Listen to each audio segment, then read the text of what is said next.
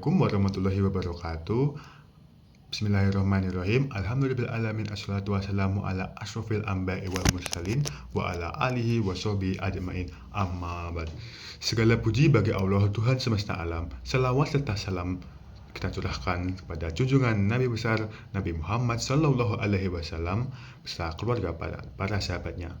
Saya bersaksi bahwa tidak ada Tuhan selain Allah yang Maha Esa dan Nabi Muhammad adalah utusan Allah Subhanahu wa taala.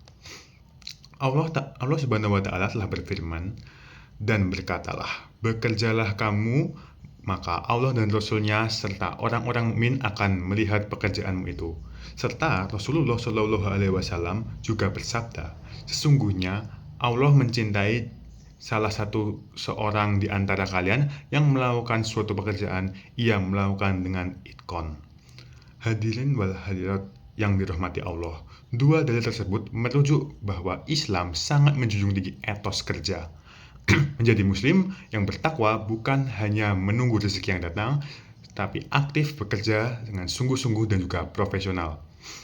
Setiap usaha mencari nafkah yang halal adalah bagian dari ibadah kita kepada Allah Subhanahu wa taala. Maka di kesempatan kali ini, mari kita bahas bersama bagaimana membangun etos kerja Islami demi menjemput keberkahan hidup dunia dan akhirat. Dalam Islam, segala perbuatan dapat bernilai ibadah apabila dimulai dengan niat baik karena Allah Subhanahu wa taala. Niat adalah sesuatu yang sangat kental.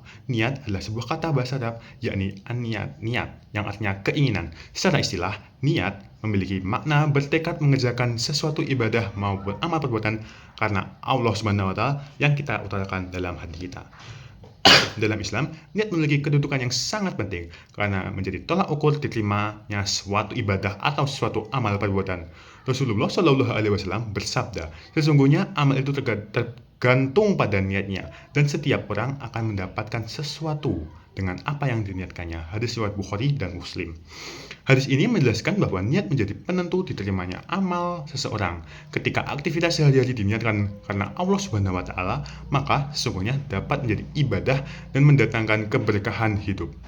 Allah juga berfirman dalam Quran surat Al-Qasas ayat 77 yang artinya, dan carilah pada apa yang telah dianugerahkan Allah kepadamu kebahagiaan negeri akhirat, tetapi janganlah kamu melupakan bagianmu di dunia.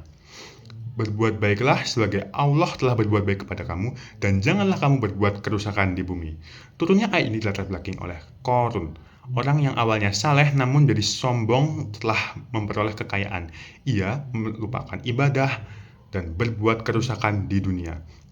Dari kisah tersebut, Allah mengajarkan agar manusia itu tidak hanya mengejar dunianya saja, tapi juga mempersiapkan untuk akhirat kelak. Melalui ayat ini, Allah menekankan pentingnya keseimbangan hidup. Kita diperintahkan untuk menggunakan niat dunia sebagai jalan menuju kebahagiaan akhirat kelak, tanpa melakukan kebutuhan hidup di dunia, tanpa melupakan kebutuhan hidup di dunia. Jadi hanya Selain itu, Allah juga memerintahkan manusia untuk terus berbuat baik dan tidak melakukan kerusakan di muka bumi. Dari sini, kita memahami bahwa niat dan amal adalah dua hal yang saling berkaitan. Niat yang ikhlas menjadi landasan, sedangkan amal yang baik menjadi bukti bahwa niat tersebut.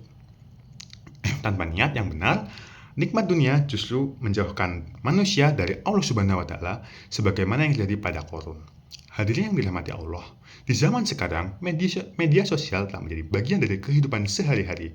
Hampir semua orang menggunakannya. Namun penggunaan media sosial juga bisa bernilai ibadah apabila disertai dengan niat yang baik. Contohnya, memberikan dukungan kepada orang yang sedang merintis usaha kecil, kepada teman, kepada keluarga melalui komentar yang positif, berdonasi secara online, menyebarkan kebaikan secara melalui media sosial, atau menyuarakan dukungan kemanusiaan kepada saudara-saudara yang kita terlindas, seperti isu Palestina.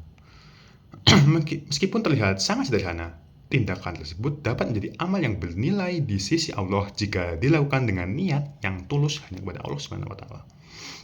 Hal ini sesuai dengan firman Allah dalam surat Al-Qasas ayat 77. Berbuat baiklah sebagaimana Allah telah berbuat baik kepadamu. Allah telah memberikan nikmat berupa teknologi dan kemudahan komunikasi. Maka bentuk syukur kita adalah menggunakan nikmat tersebut untuk menebarkan manfaat kepada sesama kita. Karena itu, media sosial tidak akan menjadi sia-sia apabila digunakan dengan niat yang baik. Bahkan, melalui tulisan dan ketikan sederhana itu, kita bisa menghadirkan semangat dan dukungan atas kebahagiaan orang lain dan kebaikan bagi orang lain. Hadirin yang dirahmati Allah, dari pembahasan tadi dapat kita ambil pelajaran bahwa kehidupan dunia dan akhirat tidak bisa dipisahkan. Apa yang kita lakukan di dunia akan mempengaruhi apa yang kita dapatkan di akhirat kelak. Semua aktivitas dapat menjadi amal akhirat apapun selama dilandasi dengan niat yang benar karena Allah Subhanahu wa taala. Oleh sebab itu, marilah kita bersama-sama memperbaiki niat, terus berjuang, bekerja, dan berbuat baik kepada sesama demi meraih kebahagiaan dunia dan juga akhirat. Jangan sampai amal yang kita lakukan hanya bernilai duniawi tanpa manfaat di akhirat kelak. Semoga setelah mendengar tausiah ini, kita semua dapat menjadi pribadi yang lebih baik, mampu menjalankan kehidupan dunia sekaligus mempersiapkan bekal untuk akhirat kelak. Cukup sekian dari saya yang dapat saya sampaikan. Jika ada kekurangan, itu berasal dari pribadi saya, dan jika ada kebaikan, itu berasal dari Allah Subhanahu wa taala. Wassalamualaikum warahmatullahi wabarakatuh.